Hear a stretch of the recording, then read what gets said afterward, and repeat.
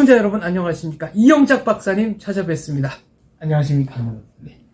잠깐 시청자분들한테 얼굴 한번 보여주시죠. 이렇게 벗으면 되는데. 네. 네, 여기 있습니다. 제 모습 맨날 그렇죠. 네. 네. 저번에 인터뷰를 했을 때 네. 중국 관련 얘기하신 거에 굉장히 많은 분들이 관심을 표해 주셨거든요. 네. 그래서 그 얘기를 조금 더 듣고자 네. 이렇게 다시 찾아뵙습니다. 근데 나는 사실 뭐 중국 학자도 아니고 중국 연구를 하는 사람도 아니고 중국에 대해서 어떤 뭐 통계 자료나 그런 거를 뽑아서 보는 사람도 아니고요. 그렇지만 그 중국이 역사적으로 주변 국가와의 관계를 본다면은 모든 주변 국가 전쟁을 했거든요. 하다못해 월남을 도와서 월남을 통일시키는데 중국이 참 커다란 기여를 했지만 결국 전쟁 끝나고 나서 월남하고 또 영토 전쟁 하지 않았어요? 네. 네, 그래서 결국은 그 영토 전쟁에서 이상하게 월남군한테 졌어요. 네, 그래가지고 사실 중국이 망신당하고 말았고, 그 티벳도 점령을 해가지고 옛날에는 일종의 속국이었었는데 이제 완전히 자기네 땅처럼 만들었고, 지금 인도하고 갈등하고 있고. 네, 국경 분쟁이 네, 심상치 않습니다. 네, 네. 그 다음에 그 전에 보면은 소련하고도 국경 전쟁을 했고. 네. 네. 그리고 우리 역사를 보더라도 특히 그 통일신라 이후는 실제로 한국이 속국이라고 해도 될 만했죠. 네. 그렇죠. 특히 그러니까 고려시대 때는 뭐 충선왕, 충렬왕, 충성 충자를 쓰기도 했고. 네. 그래서 그거는 원나라의 말하자면 속국이었고요. 네.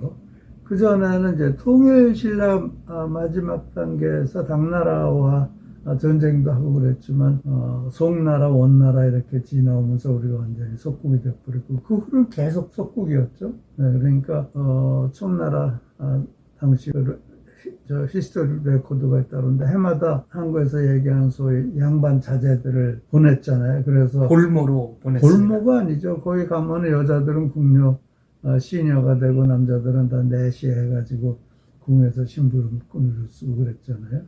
그랬다고 그러더라고요. 그러니 우리나라의 그 양반집 어린 자제들은 중국으로 끌려가는 것에 대한 항상 공포가 있었다고요. 그리고 조공 바치고 그런 역사가 고려, 조선 해가지고 거의 1000년 이상 그런 역사를 거쳐왔고 항상 좀 우리나라 속국 취급하지 않았습니까? 그게 이제 중국인 것 같아요. 그러니까 지금 소위 동북 공정이니 그런 것도 이제 그런 셈이고요. 그래서 중국은 그 이웃 나라와 절대 사이가 좋을 수가 없는 나라인 것 같아요. 뭐 우리 역사뿐만 아니고 지금 다 그렇거든요. 그리고 하다못해 김치까지도 뭐 파오차이 네. 해가지고 자기 거라고 그러고 뭐 한복도 자기 거라고 그러고 그럼 자기 아닌 게 어디 있어요? 그래서 중국이라는 나라는 참 경계해야 될 나라다 이런 생각을 하죠. 이건 좀 여담이지만 전에 김대중 대통령이 우리가 5000년 사상 중국보다 잘 살아본 거는 처음이다. 근데 그거는 다 모택동이 권력을 잡고 나서 대약진 운동, 문화혁명들 하면서 나라를 완전히 쇄국주의를 써가지고 그리고 자유를 말살하고 뭐 문화를 말살하고 그러는 기간 동안 한국은 성장을 해가지고 지금 우리가 중국보다 선진국이 됐고 중국보다 더 잘 사는 나라가 됐다. 이제 이런 말씀을 자주 하셨었거든요. 지금 사실 중국이 덩치가 큰지는 몰라도 우리보다 후진국이란 말이에요. 생활 수준이라든가 인권 의식 등등을 보면 선진국이라고 인정하기 어렵습니다. 어렵죠. 나라가 크고 땅덩어리가 크고 인구가 많으니까 경제가 덩치가 큰 거지. 사실 실질적으로 보면은 우리보다 못하다고요. 네. 그러니까 사실 우리가 중국한테 그렇게 쩔쩔맬 필요는 없지 않나 이런 생각을 해요. 시진핑 그 중국 주석이 미국 대통령과 회담하면서 네. 역사적으로 한국은 중국의 일부였다라는 그런 발언을 얘기죠. 했습니다. 네. 이거는 어떻게 봐야 됩니까? 그러니까 내가 얘기한 그 선상에서 보시면 돼요. 한국은 거의 지난 1000년간을 중국의 속국처럼 살았다고. 이제 독립이 된 거라고요. 통일신라 이후에 고려가 들어오고 나서부터 계속 속국 노릇을 해준 거 아니에요. 그전엔 네. 그런 적이 없었다고요. 그러니까 우린 독립국이었다가 속국이 됐다 이제 독립을 한 거죠. 그런데 1000년의 역사가 있었지만 그 전의 역사, 이스라엘 보세요. 2000년 나라가 없어졌다가 해가지고 이스라엘은 땅이 생겼지만 그걸 갖다가 지금 아랍의 속국이라고 그러나요? 안 그러잖아요. 아무도 그렇게 얘기 안 하죠. 아무도 그렇게 얘기 안 하죠. 그럼 시진핑이 그렇게 얘기하는 것도 잘못된 거예요. 원로 언론인께서 평가하시기를 네. 문재인 대통령이 중국에 가서 이른바 혼밥만 10번을 했나 네. 뭐 그런 일이 있었지 않습니까? 네. 그것은 굉장히 의도적인 행위로 봐야 한다. 예를 들어 한국이 네. 중국의 속국이라는 것을 국제사회에 알리려는 그런 그 제스처의 일환이다. 이런 해석을 하셨거든요. 그 해석도 얼마든지 공감이 갈 수 있는 그 해석이죠. 그러니까 천안문인데 그 왕궁을 뭐라고 그러죠? 자금성. 자금성. 네. 그 자금성이 참 어마어마하게 크거든요. 근데 이제 얘기 들어 옛날에 조선에서 사신이 가면은 문 입구에다가 앉혀놓고 그냥 며칠 놔둔대요. 그럼 거기 앉아서 그냥 뭐 빌고 어쩌고 저쩌고 그러고 또 가고 또 가고. 그러니까 거기서 궁 안으로 들어가는 데만 하더라도 정말 많은 시간을 걸리고 기를 죽였다는 거거든요. 그러고 나서는 그냥 말만 듣고 오는 거지 내가 하고 싶은 말 못하고 오는 거란 말이에요. 똑같은 거죠. 그러니까 옛날에 우리 조선의 사신들이 북경에 가서 가전 모욕을 다 당하고 오지 않았습니까? 그렇습니다. 네. 그 모욕을 문재인 대통령이 받은 거란 말이에요. 똑같이 기죽이 내 말 들어 그런 거란 말이에요. 근데 그 당시에는 그 양반집 자제들을 딸이고 아들이고 다 거기다가 바쳐야 되고, 그러니까 그 애들이 가면은 거기서 내시가 되든지 시녀가 되든지 궁녀가 되든지 그런 그 슬픈 역사가 있단 말이에요. 근데 조선 구마사라는 그 네, 드라마가 바로 폐지가 결국, 됐습니다. 네, 불을 지른 거죠. 네. 이제 우리 이제 한국 사람들이 술을 내기 시작한 거라고 봐야 되겠죠. 그 사건에 관해서는 뭐 대중 독재다, 표현의 자유 침해다 여러 논란이 있습니다만 역시 핵심은 반중 정서가 이렇게 대중적으로 널리 퍼져 있다는 게 공식적으로 처음 확인이 된 거라는 거 공식적으로 아니겠습니까? 공식화한 거죠. 그러니까 이 정권만 지금 친중이지, 아마 우리 역사상 항상 왕실만이 중국에 쩔쩔맸지 국민들은 중국에 대한 감정이 절대 안 좋았을 거예요. 문재인 대통령이 10번이나 혼밥을 했다는 거는 거의 외교적인 수모인데 네. 그럼에도 불구하고 전혀 목소리를 내지 않은 거는 어떻게 봐야 되겠습니까? 저는 그게 미스터리예요. 문재인 대통령이 북한한테 그렇게 뭐 소대가리니 말대 뭐 네, 뭐 소가 웃을 네. 삶은 소대가리가 웃을 네, 일이다. 네, 뭐 그런 모독을 당하고도 아무 소리 안 낸 거와 중국에 와서 10밤씩이나 혼자 밥 먹는 상황이나 저는 다를 게 하나도 없다고 생각을 하거든요. 근데 왜 그것에 대해서 한마디도 못하느냐? 저는 그게 굉장히 엄청난 미스터리예요. 공산당들의 속성이랄까요? 제가 여태까지 이제 언론 보도를 통해서 접한 바로는 밀면 밀린다라는 인식을 갖고 있는 것 같습니다. 힘을 다해서 모욕을 가해서든지 아무튼 밀어붙여 놓고 상대가 그걸 간합하면 그 다음에는 거기를 출발점 삼아서 더 밀어붙이는 게 중국과 북한의 속성이 아닐까 생각합니다. 근데 뭐 저는 뭐 그건 그렇다 하더라도 이제 우리는 어떻게 대응해야 되느냐를 봐야 되는데요. 대만 보세요. 대만은 코비드가 시작되자마자 중국 사람들 바로 네, 출입 금지. 네, 입국 금지시켜 버렸다고요. 네. 한국은 우리나라는 K-방역이 좋으니까 그럴 필요 없다고 다 열어버렸잖아요. 보세요. 지금 아시아에서 중요한 나라라고 할 수 있는 나라가 대만, 그다음에 홍콩은 그렇게 됐지만 싱가포르, 홍콩, 또 오스트랄리아, 뉴질랜드 이런 데는 다 우리보다 코비드가 숫자가 적어요. 하다못해 타이, 베트남도 우리보다 적어요. 네. 한국만 이렇게 유난하게 많아요. 결국 초기 방역에 실패했다는 초기 뜻이네요. 방역뿐만 아니라 지금도 실패하고 있는 거죠. 또 오스트레일리아라는 나라는 그 코비드 시작돼서 그걸 조사해보자 그런 소리 해가지고 중국에서 막 화를 냈잖아요. 네. 그래서 무역 끊어버린다. 끊어라. 그 우한에서 시작됐으니까. 네, 끊어다 조사해보자. 그랬잖아요. 네. 그렇다고 지금 오스트레일리아가 경제적 타격이 뭐예요? 그렇게 뭐 타격을 받는 것 네, 같지 그리고 않습니다. 중국, 대만이요. 대만도, 대만도 그렇잖아요. 근데 대만은 작년에 선진국 가운데에서 전 세계에서 가장 경제 성장률이 높았죠. 그러니까 중국 없이도 그렇게 한다고요.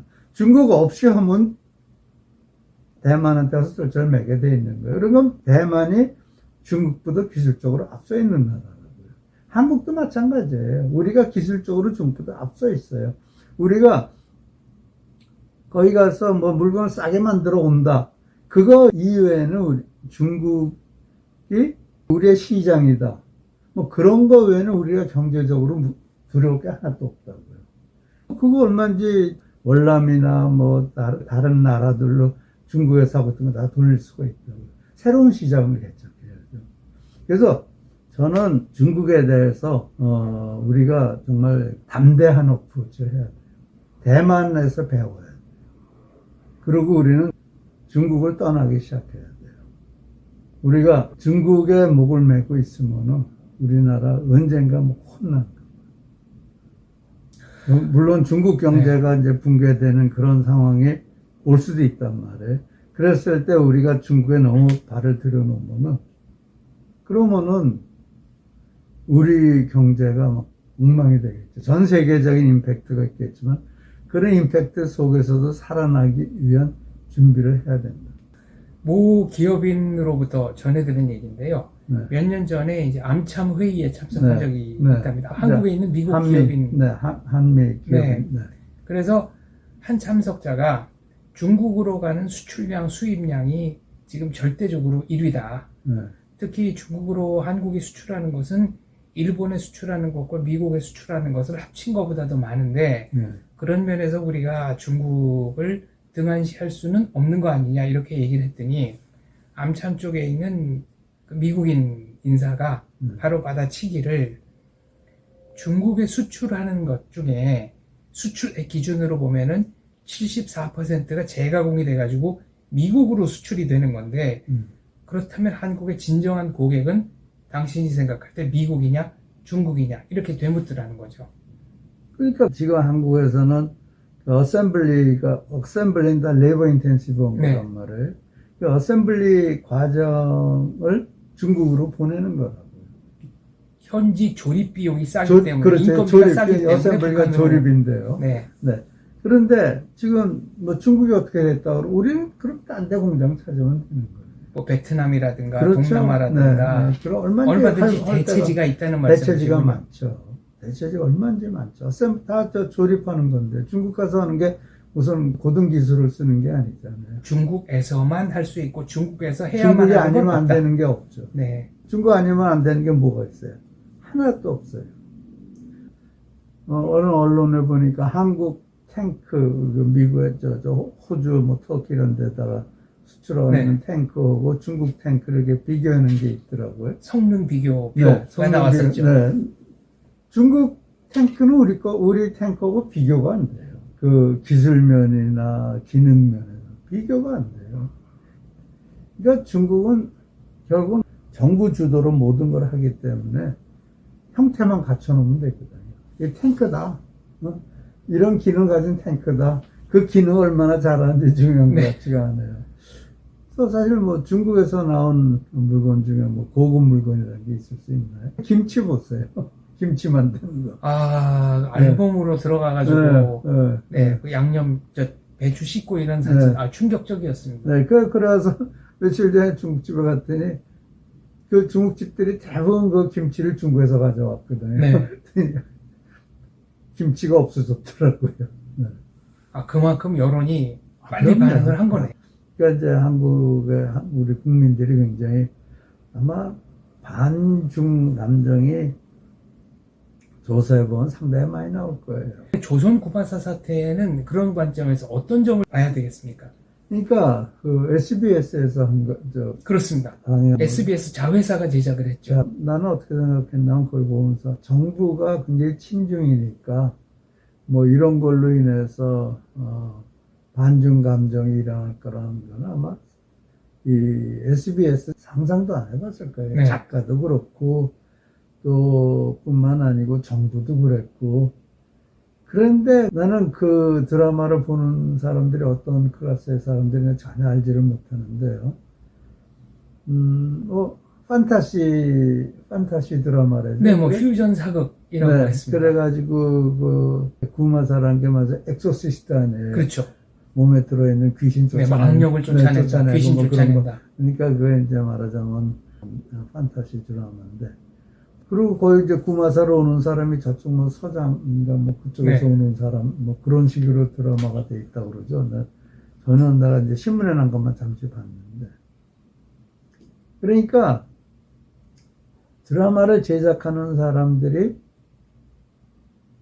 중국을 화나게 하는 것에 대해서는 신경을 썼을지 모르지만 국민이 이런 드라마에 대해서 이런 반응을 할 거라고는 전혀 상상도 못한 거죠. 특히 태종대왕, 세종대왕에 대한 비하 논란이 분출하듯 터져 나왔습니다. 그러니까 그게 대한민국에서 가장 존경받는 그 왕을 뭐 중국 빵을 먹고 중국 옷을 입고 뭐 그랬다면서요. 네. 그러니까 SBS, MBC, KBS는 전부 다 친정부라고 볼 수 있는데 그 정부에 가까이 있는 사람들의 시각이 그런 시각이 있을 수 있지 않나 이런 생각을 하거든요. 네. 그래서 이 국민 감정에 대해서 너무 둔하다. 중국에 대해 앞으로 이제 중국에 대한 거는 계속 아마 이런 식으로 반응할 거예요. 그렇게 되면은 대만 같은 데도 그렇잖아요. 그러니까 대만이 큰 소리 꽝꽝 치면서 중국과 거리를 두잖아요. 중국과 거리를 두는 나라가 뭐 거기뿐이겠어요. 그러니까 싱가포르도 상당히 또 그런 게 있고요. 그러니까 중국과 가장 밀접해야 되는 나라들이 중국과 거리를 두기 시작을 하더라고요. 네.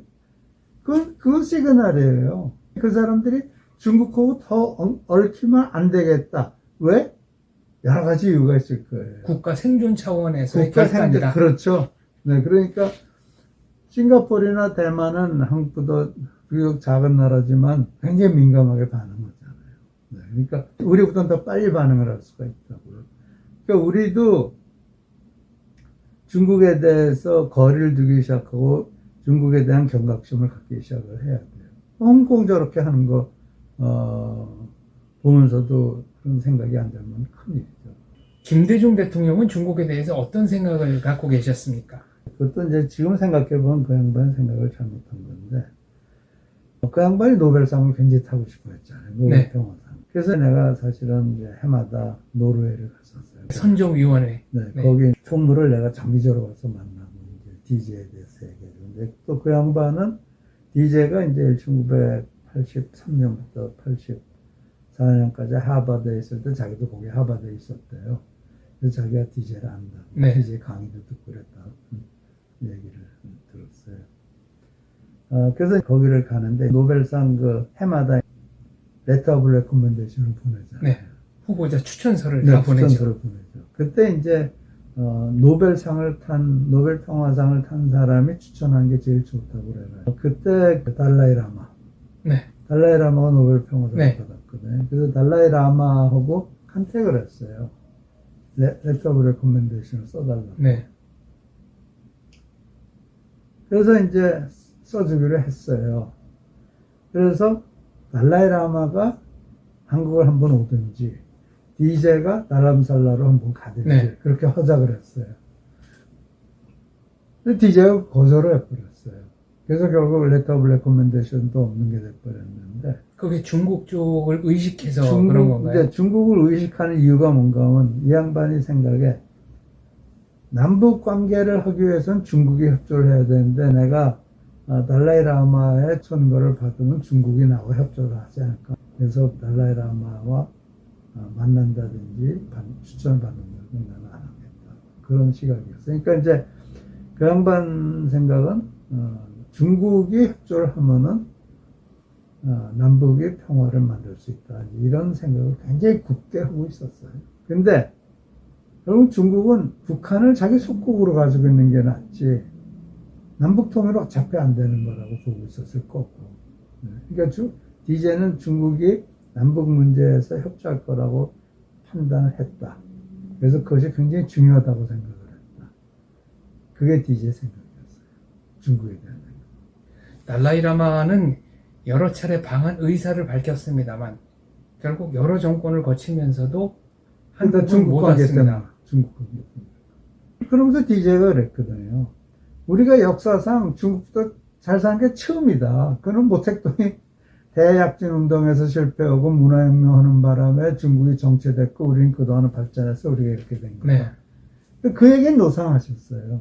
그러면서 또 중국이 남북관계 개선에 협조를 할 것이다. 이런 생각을 하고 있었다고요. 네, 그래서 그게 이제 적어도 내가 알고 있는 DJ가 중국에 대해서 가지고 있는 생각은 그게 다예요. 어떻게 보면 정치적인 낭만주의자셨네요. 그 상대의 선의를 선의만을 생각했는데. 너무 생각했는데 이게 국제정치의 현실과는 조금 어긋났다는 생각이 듭니다. 근데 그게 그 양반이 그럴 수밖에 없었던 것이 결국 그 양반이 국제 정치라든지 모든 것을 거의 그 진공 속에서 공부했잖아요. 혼자서. 네. 책 보면서 공부한 거. 그러니까 노상 감옥에 가 있든지 가택연금 당하든지 그것의 연속이었다고요. 그것의 연속이었고 항상 감시에 감독받고 그러다가 이제 풀려 나온 것이 1987년 아니에요. 그러니까 1972년부터 87년까지 15년 동안 그러니까 말하자면 백큐 정치적 진공 속에서 살았다고요. 그런 정치적 진공 속에서 살면서 자기가 가지고 있는 세계관을 형성을 한 거예요. 그러고 나서 87년 되고 나서는 이미 이제 자기가 도안돼서 공부를 하고 생각할 시간도 없는 그런 거였으니까. 또 이미 이제 나이도 들을 만큼 들었고 그랬으니까 새로운 생각을 받아들이기가 쉬운 게 아니죠.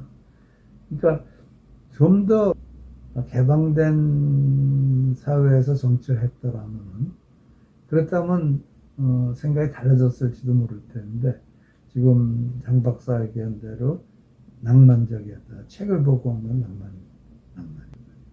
이건 좀 다른 얘기입니다만은 이영작 박사님도 DJ에 처족하라는 이유로 좀 탄압을 받으셨고 박사님의 형님도 내 동생. 동생분도 사법고시 다 됐는데 합격하고 임용이 안 된 건가요? 임용이 전혀 안 됐죠. 그러니까 나는 정치인이 아니잖아요. 네. 정치를 내가 학문적으로 공부해 본 적도 없고 정치를 해본 적도 없고 그리고 내가 아는 정치인은 DJ가 다였고 그러니까 옛날에는 DJ가 말씀하신 거 다 옳다고 옳은 거다. 그 양반이 하시는 말씀은 이렇게 고민을 많이 하고 공부를 많이 하시는 분이 하는 얘기니까 옳다라고 나는 그걸 이제 받아들였는데 내가 이제 DJ 대통령 되고 나서 이런 거 저런 거 계속 보고 또 국민 여론이 무엇인가도 보고 그래서 나는 정치라는 거를 말하자면은 길거리에서 배운 거예요. 완전히 여론조사에 의해서 내 생각이 형성된 거라고요. 그 과정을 통하면서 내가 본 것이 DJ가 이런 점에서 생각을 잘못하셨구나라는 것을 내가 생각하기 시작했어요. 나중에 지나서 이제 교차 비교를 해보니까. 근데 사실은 내가 그 양반 네. 대통령 하실 때도 나한테 여러 번 아이디어를 구하셨어요. 그래서 내가 아이디어 전달하고 그랬는데 나는 근본적으로 그 우파적인 사고를 가지고 있는 사람이기 때문에 예를 들어서 내가 불법 노조 활동 같은 거 절대 용납하면 안 된다. 절대 안 된다. 그 당시에 가장 대표적인 내가 사례를 들은 DJ가 집권하고 나서 얼마 있다가 그 평택 노조, 평택에 그 항구 있잖아요. 평택 항만, 해운 항만 노조에서 그 불법 파업을 했다고요. 그때 저거 용납하면 안 됩니다. 저게 불씨가 됩니다. 절대 안 됩니다. 그런 얘기를 했다고요. 안 받아들여지더라고요. 지금 얼른 생각나는 가장 대표적인 사례는 그게 너무 잘못된 거 아닌가. 그렇지만 이제 하나 분명 일본하고 관계를 좋게 가져갔고 미국과 관계를 위해서 굉장히 애를 썼고 저는 김대중 대통령의 정치적 낭만주의 가운데 제가 개인적으로 굉장히 높게 평가하는 부분이 하나 있습니다. 일본에 가셔가지고 그 국민학교 때 선생님 네. 만나서 김대중입니다. 그러니까 이제 못 알아들으니까 아 제가 도요타 다이쭈입니다라고 이름을 얘기. 일본 이름을 얘기하니까 이제 그쪽에서 알아듣고 네. 근데 그 당시의 한일 관계나 국민 정서를 생각하면 대통령이 창씨 개명한 이름을 그것도 공개석상에서 얘기했을 때 어떤 정치적 불이익이 올지를 모르지 않으셨을 텐데 네. 그래도 그런 걸 다 감수하고 얘기를 했다는 거는 한일 관계를 개선하려는 진정한 노력의 일환이 아니었나. 저는 그 점은 역사적으로 평가를 받을 만한 일이라고 생각합니다. 네, 그럴 거예요. 그리고 김대중 대통령은 유신 갈 때 일본으로 망명했잖아요. 네. 일본으로 망명해서 이제 계시다가 납치당해가지고. 그 사실 납치당했을 때 일본 경찰에 손을 빨리 썼기 때문에 네. 그나마 이제 살 수 있었던 거란 말이에요. 그 양반이 이제 이제 해방되면서 그 목포에서 해운에 살게 된 것도 얘기를 들어보면은 이 양반 목상을 나와가지고 이제 머리가 좋은 분이니까 회계나 이런 걸 굉장히 잘했대요. 그러니까 일본 사람들 다 떠나버리니까 이걸 도저히 운영을 못하는 거예요. 그래서 이제 그걸 운영을 했다고 그러거든요. 그런 과정을 거치면서 일본 사람들의 영향을 많이 받았을 거예요. 뭐 좋은 영향, 나쁜 영향이 있겠지만 굉장히 가난한 집에 태어나가지고 그래도 그 손주까지 사주까지 됐으니까 일본 사람들에 대해서 그렇게 감정이 나쁘지는 않았을 거예요. 그래서 일본에 대해서 감정이 나쁜 게 아니었고, 그리고 이제 또 생각을 많이, 그 양반 생각을 굉장히 많이 하는 분이거든요. 그래서 정말 그 정치를 하나의 바둑판이라 혼자서 계속 생각을 하는 그런 분이었기 때문에 그게 좋은 점도 있고 나쁜 점도 있는 거예요. 세계를 보는 시각에서 좀 너무 이렇게 폐쇄된 공간에서 봤으니까 하지만 그러나 좋은 면만을 본다면 굉장히 좋은 거라고요. 그래서 결국 일본과 관계라든지 중국과 관계라든지 미국과 관계라든지 이런 거 일종의 나름대로 정말 바둑판 장기판을 놓고 그려가면서 고민을 했을 거라고요. 그게 이제 옥중서원 같은 데 그런 게 나타나는 거예요. 근데 나는 김대중 대통령한테 가장 영향을 많이 준 사람은 이호 여사라고 생각해요. 이호 여사는 가난하고 탄압받는 사람들에 대해서 굉장히 동정심이 많은 분이었다고요. 그래서 미국 가서 공부한 것도 그 사회 복지 그런 거 공부하죠. 이호 여사가 가지고 있는 그런 사고방식이 DJ한테 정치적으로 굉장히 많이 영향을 줬다고 생각해요. 그래서 뭐 예를 들어서 여성가족부 그리고 또 이호 여사가 주장해서 만든 거 아니에요? 알겠습니다. 마무리 질문입니다. 중국이 지금 조금 뭐 아나무인이라고 해야 될까요? 한국 국민들에 대해서도 여러 가지 거침없는 행보를 이어가고 있는데 우리 국민들이 중국에 대해서 슬기롭게 대처하는 방안 어떤 게 있겠습니까? 우선 내가 중국 전문가가 아니라서 내가 하는 얘기가 좀 뜬금없는 얘기가 많을 것 같아서 이제 그 점 우선 사과드리고 내가 뭐 중국 학자가 아니고 중국 전문가 아니라서 내 생각을 말씀드리는 거고 역시 국민이 할 수 있는 일은 중국에 대해서 합리적인 생각을 하는 합리적인 정책을 가진 정치 지도자와 정당을 지지하는 것이 국민이 할 수 있는 일이겠죠. 그리고 조선 구마사 그런 데서 보여준 거와 같이 싫으면 싫다는 걸 분명히 앞으로는 얘기를 해야 된다고 생각해요. 아주 좀 극적으로 얘기를 했는데 이런 사건이 터질 때 국민들이 내 생각은 이거다라는 것을 분명히 밝혀주는 것이 굉장히 중요하다고 생각해요. 알겠습니다. 조선고마사는 제작이 80% 이상 진행이 됐는데 방송국이 전격적으로 폐지 결정을 내렸습니다. 국민들의 그 반감을 이길 수 있는 방법은 없는 거예요. 그러니까 국민들이 자기 목소리를 내야 되는 거예요. 사실 그런 점에서 보면은 국민들이 그런 목소리를 내기 전에 정치인들이 먼저 목소리를 냈어야 되는데 정치인들은 아직까지도 그것에 대해서 이렇다 저렇다 말 못하고 있죠. 논평이 거의 안 나오고 안 있습니다. 나오죠. 그거 잘못된 거죠. 네. 우리 정치인들이 중국 눈치 보고 있다는 얘기예요. 아, 간단히 그렇게 정리가 되는군요. 네. 중국 눈치 보고 있다는 거예요. 근데 왜 눈치를 봐요? 그 사람들, 중국, 시진핑이 그 사람 임명해줬어요? 알겠습니다. 그러니까 우리 국민들이 중국에 대해서 당당하게 목소리를 내야 한다. 그래야 그렇죠. 네. 상대도 우리를 더 이상 업신여기지 않을 것이다. 그렇죠. 네. 이런 말씀이시네요. 그렇죠. 네. 알겠습니다. 그 한마디에 모든 사태의 ABC가 다 들어있다고 생각합니다. 네, 오늘 말씀 감사합니다. 네. 시간 내주셔서 감사합니다. 네. 네. 네.